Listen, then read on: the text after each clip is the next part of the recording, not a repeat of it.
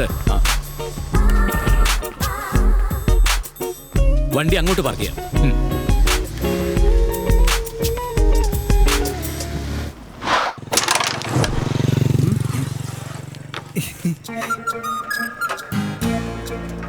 രമേശ, എടാ നോക്കണം, നമ്മുടെ പാചകാധ്യാപകൻ പുതിയ വേഷത്തില്.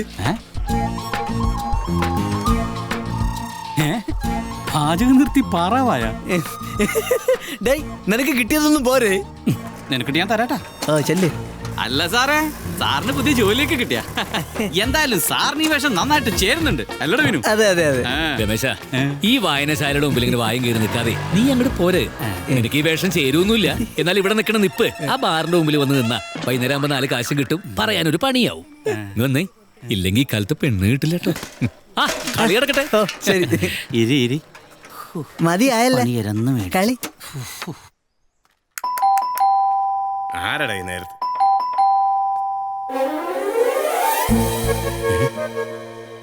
അയ്യോ, ഇതാരും റോസമ്മ. എന്റെ ഈശോ, എന്ത് പറ്റി തിരിച്ചു വരാൻ? തെറ്റിദ്ധാരണകളൊക്കെ തീർന്നോ? മാറി നിൽക്കും മനുഷ്യ. മോളെ നിന്ന് എടി, എന്താ സംഭവിച്ചത്? ശ്രീകുമാരങ്ങൾ വന്നിരുന്നു. മമ്മിയോട് എല്ലാ കാര്യങ്ങളും തുറന്നു പറഞ്ഞു. പപ്പയുടെ ഒരു പുളു മുഴുവനും പച്ചക്കള്ളം. എടി റോസമ്മേ, ക്ഷമിക്കടി. അന്ന് വെള്ളപ്പുറത്ത് പറഞ്ഞു പോയതാടി. കള്ള് തലയ്ക്ക് പിടിച്ച വെച്ച് കീറിക്കൊള്ളും. വെറുതെ മനുഷ്യനെ കൊണ്ട് പറയിപ്പിക്കാൻ. എടി, ഹിറ്റ്ലർ സിനിമയിലെ മഴ സീൻ ഇങ്ങനെ. അതെ, ഇനി ഈ കുടുംബത്തിൽ മഴയെ പറ്റി മിണ്ടിപ്പോകരുത്. ഇല്ല. പറഞ്ഞേക്കാം. പെണ്ണുങ്ങളില്ലാതെ ഈ വീട് കിടക്കുന്ന കിടപ്പ് കണ്ടില്ലേ? എന്റെ ഈശോയെ, ഇനി അടുക്കള ഏത് പരുവത്തിലാണോ ആവോ? എല്ലാം വലിച്ചു വാരി ഇട്ടിട്ടുണ്ടാവും. ഞാൻ തുറന്നോളാം.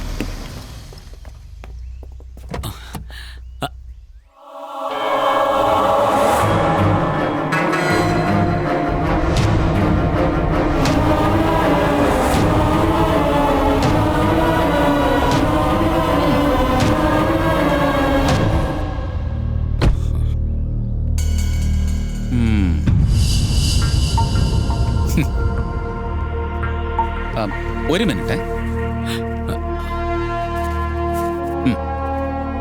ഇരിക്കട്ടെ. ടിപ്പായിട്ട് കരുതിയാ മതി.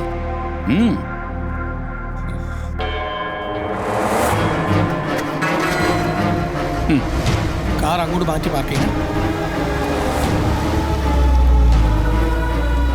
അതെ, ജാങ്ങളുടെ കളഞ്ഞ് തൊഴുത് നല്ല ടിപ്പ് കിട്ടുന്ന പണിയാ.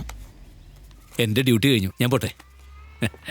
അല്ല, ഇന്ന് താൻ അച്ചി വീട്ടിൽ പോണെന്നല്ലേ പറഞ്ഞത്? അതെവിടെയാ? കുറച്ച് ദൂരെയാ, കാഞ്ഞിരപ്പള്ളി. 1 മാസം ശമ്പളം ഞാൻ അഡ്വാൻസ് ആയിട്ട് ചോദിച്ചിട്ടുണ്ട്. അതെയോ? അത് കിട്ടിയ സുജയ മോളെ ഇന്ന് തന്നെ വീട്ടിലേക്ക് വിളിച്ചോണ്ട് വരണം. ഓ, അത് ശരി. പോട്ടെ.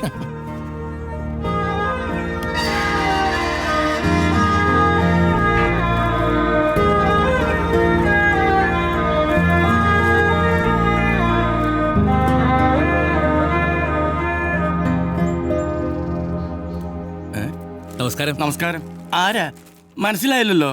ശ്രീകുമാർ കേട്ടിട്ടുണ്ടാവും. MG ശ്രീകുമാറാണോ പാട്ടുകാരൻ? പാട്ട് പാടും, പക്ഷെ MG ശ്രീകുമാർ അല്ല, G ശ്രീകുമാർ, ഇവിടത്തെ ലീനയുടെ ഭർത്താവ്. ഓ, അത് നിങ്ങളാണോ? ഞാൻ അകത്തുനിന്ന് ആരെങ്കിലും വിളിക്കാം.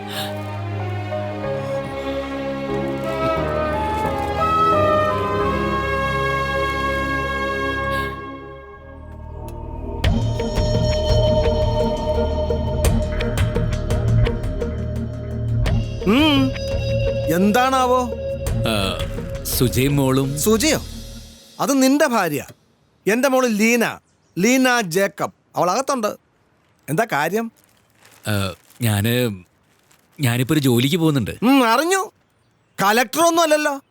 ജോലി കിട്ടിയെന്ന് ഒരു ചളുപ്പില്ല അവൻ നിൽക്കുക.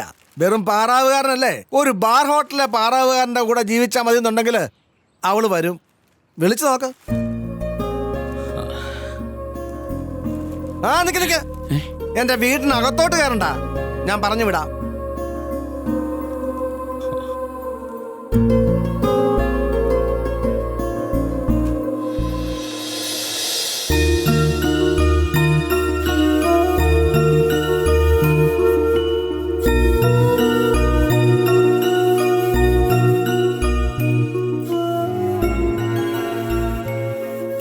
മോള്? അവൾക്ക് സുഖം. അല്ല, പഠിത്തമൊക്കെ?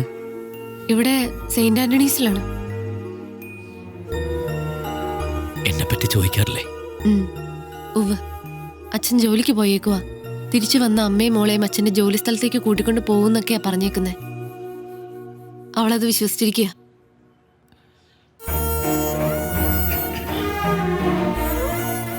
ഇരുന്നാ ഒരു ചായ എടുക്കാം, കുടിച്ചിട്ട് പോ.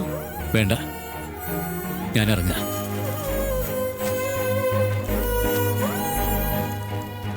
മോൾ കൊടുത്തേക്ക്.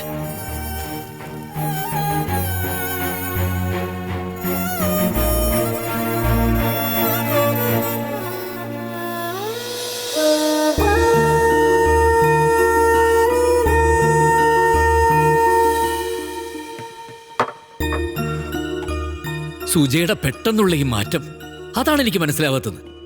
ആ ഒരുപക്ഷെ എന്റെ ഇപ്പോഴത്തെ ഈ സെക്യൂരിറ്റി പണി അവൾക്ക് അവളുടെ വീട്ടുകാർക്ക് പിടിച്ചില്ലായിരിക്കാം. എടാ, എല്ലാ ജോലിക്കും അതിന് അതിൻ്റെതായ ഒരു മാന്യതയുണ്ട്. ഇതൊന്നുമല്ല ചായ. ആ ടോമി, അവൻ ഒറ്റൊരുത്തനെ അതിന്റെയൊക്കെ പുറകില്. അവനൊരു 100 രൂപ വെച്ച് എന്റെ മുഖത്തേക്ക് നീട്ടിയപ്പോ തന്നെ എനിക്ക് തോന്നിയതാ ഇതൊക്കെ കൊളാവുന്നു.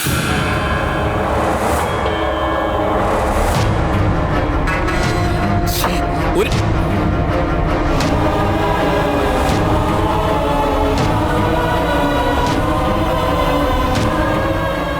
എനിക്കറിയായിരുന്നു താൻ ഇവിടെ ഉണ്ടാവുമെന്ന്. മനസമാധാനം നഷ്ടപ്പെട്ടവൻ ഇവിടെ അല്ലാതെ എവിടെ പോവാൻ, അല്ലേ? റോയ്ച്ചനല്ലേ? അതെ. ലീന പറഞ്ഞറിയാം. ടോമി ഈപ്പൻ ദേവസ്. എനിക്ക് ഇയാളോട് കുറച്ച് സംസാരിക്കാനുണ്ട്. റോയ്ച്ചനും കേൾക്കാം. എനിക്ക് നിങ്ങളോട് ഒന്നും സംസാരിക്കാനില്ല. നിങ്ങൾ വന്ന സ്ഥലവും സമയവും ഒന്നും ശരിയല്ല. ടോമി ചെറുപ്പം ചെല്ല്. പോ. ശ്രീമാരെ, എന്താ പ്രശ്നം?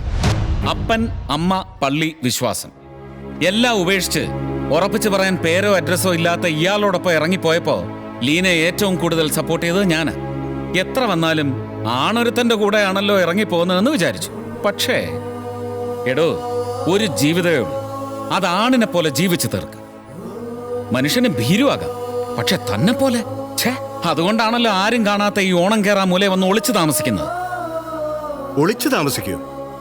ആ, എന്ന് ഒരുമിച്ചിരുന്ന് മോന്തെന്ന് റോയ് ചാൻ അറിയോ ഇയാൾ ആരാണെന്ന്? ഇല്ല. അറിയിക്കില്ല. ഇയാള് ഇന്ത്യൻ മിലിറ്ററിയുടെ സൈബർ ഇന്റലിജൻസ് വിങ്ങിന്റെ കമാൻഡിംഗ് ഓഫീസർ മേജർ ശ്രീകുമാർ.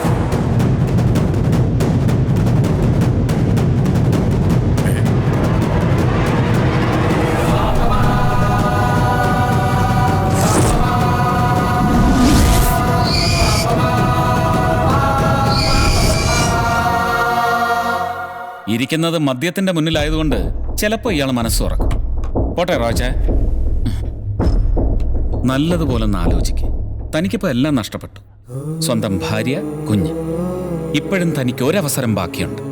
ഉത്തരവാദിത്വത്തോടെ താൻ ഏറ്റെടുത്ത ആ ജോലി പൂർത്തിയാക്കണം. ഭീരുവായിട്ട് ജീവിക്കുന്നതിനേക്കാൾ ധീരനായിട്ട് മരിക്കുക. രാജ്യം സ്മരിക്കും.